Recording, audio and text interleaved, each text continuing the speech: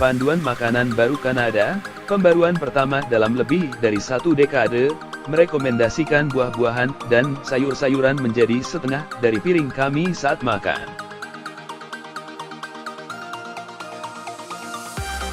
Pada briefing teknis sebelum rilis panduan makanan terbaru Kanada hari ini, Dr. Hassan Hutchinson ditanya mengapa susu apapun tampaknya sebagian besar tidak ada di piring komposit dan snapshot dari makan sehat. Tentu saja dalam gambar pelat komposit yang Anda dapatkan, yogurt itu ada di sana dalam kelompok protein, Hutchinson, Direktur Jenderal Kebijakan dan Promosi Nutrisi Kantor Health Canada, mengatakan kepada wartawan. Dan, meskipun mungkin sulit dilihat, ada susu dalam semangkuk bubur dan beri seperti yang diharapkan, susu dan alternatif, bersama dengan daging dan alternatif, telah digosok sebagai kelompok makanan mandiri dalam iterasi terbaru panduan makanan ikonik Kanada. Panduan baru, pembaruan pertama dalam lebih dari 1 dekade, merekomendasikan sayuran dan buah-buahan membuat setengah dari setiap makanan, dan bahwa Kanada memilih makanan protein yang berasal dari tumbuhan bukan hewan paling sering.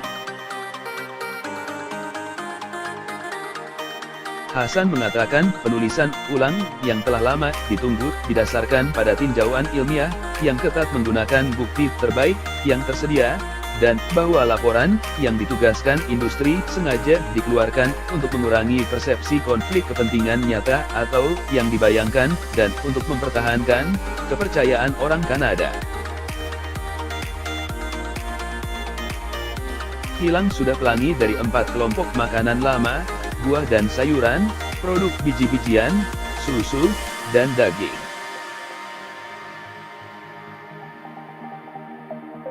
Sebaliknya, makanan sekarang dikelompokkan ke dalam 3 kategori, buah dan sayuran, biji-bijian, seperti pasta gandum, beras merah dan quinoa, dan makanan berprotein, lentil, daging merah tanpa lemak, ikan, unggas, susu tanpa pemanis dan minuman kedelai yang diperkaya, kacang-kacangan, biji-bijian, tahu, susu rendah lemak, dan keju lebih rendah lemak dan natrium.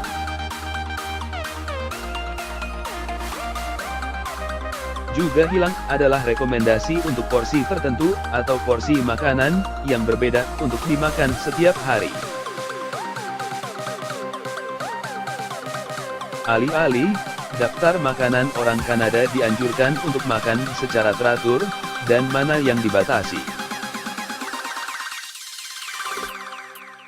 Penekanannya adalah pada proporsi tinggi dari makanan nabati, dan menggantikan makanan yang sebagian besar mengandung lemak jenuh, krim, keju tinggi lemak, mentega dan sejenisnya, dengan makanan yang sebagian besar mengandung lemak tak jenuh, seperti kacang-kacangan, biji-bijian dan alpukat. Diet tinggi sayuran dan buah-buahan terkait dengan risiko penyakit kardiovaskular yang lebih rendah. Makan lebih banyak kacang-kacangan atau protein kedelai dapat membantu meningkatkan kadar lemak darah, dan daging olahan telah dikaitkan dengan risiko kanker kolorektal yang lebih tinggi, Health Canada mengatakan. Air harus menjadi minuman pilihan kita, kata panduan itu, karena itu membuat kita tetap terhidrasi tanpa menambah kalori dalam makanan. Panduan ini merekomendasikan untuk menjauh dari jus buah dan minuman manis lainnya. Jus buah telah diserang dari kelompok buah-buahan dan sayuran. Dan itu memperingatkan risiko kesehatan dari minum alkohol dalam jumlah berlebih, termasuk kanker, hipertensi, dan penyakit hati. Minuman keras juga dapat menjadi sumber signifikan gula gratis, dan lemak jenuh ketika dicampur dengan sirup, minuman manis, atau minuman keras berbasis krim.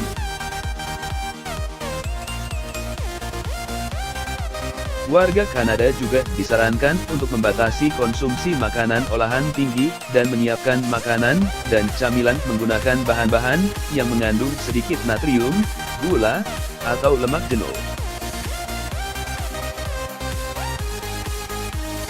Panduan ini akan datang dengan serangkaian sumber daya online, termasuk video, resep, dan saran gaya hidup. Luangkan waktu untuk makan. Perhatikan kapan Anda lapar dan kapan Anda kenyang.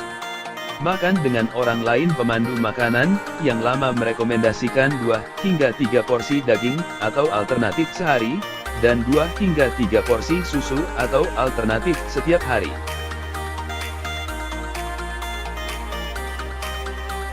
Namun, menurut survei baru-baru ini, 6,4 juta orang Kanada telah membatasi atau menghilangkan daging dari makanan mereka, sementara sepertiga dari populasi berniat untuk melakukannya dalam beberapa bulan mendatang.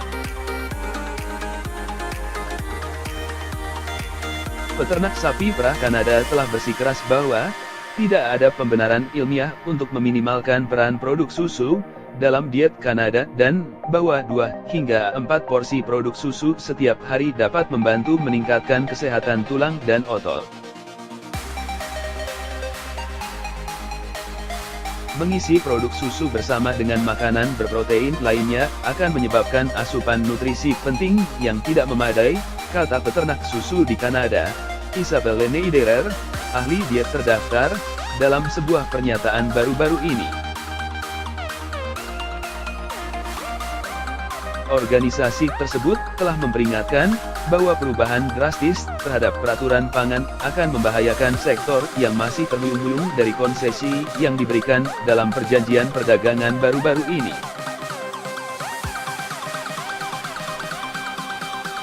Namun, para ilmuwan seperti Dr. Walter Willett, seorang ahli gizi Harvard, yang berasal dari garis panjang peternak sapi perah, berpendapat bahwa manusia tidak memiliki persyaratan nutrisi untuk susu hewan. Pekan lalu, tim ilmuwan internasional mengatakan, diet planet, secara drastis daging merah dan kacang-kacangan tinggi, kacang-kacangan dan lentil, dapat menyelamatkan jutaan nyawa dan planet ini. Hutchinson mengatakan Health Canada masih merekomendasikan buku harian rendah lemak sebagai bagian dari diet bergizi. Dia mengatakan industri memiliki kesempatan untuk mendapatkan masukan mereka selama 2 putaran besar konsultasi publik, tetapi Health Canada membuat komitmen yang sangat kuat untuk tidak bertemu dengan industri selama proses revisi.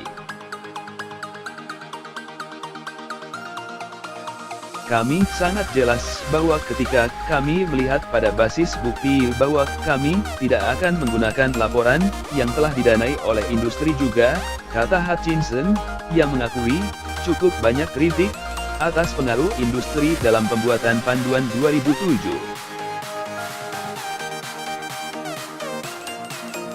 Sylvain Charlebois, seorang profesor dalam distribusi dan kebijakan makanan di Universitas Dalhousie, melihat lebih banyak masalah bagi sektor susu di masa depan, karena Anda sekarang melihat sebuah agen federal yang mencegah konsumen untuk minum lebih banyak susu atau makan produk susu.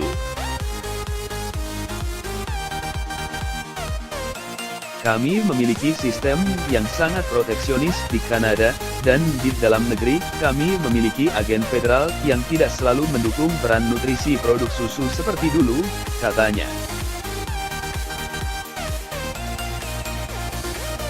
Dia menyebut pemandu yang dirubah itu sebagai bersejarah dan perubahan positif.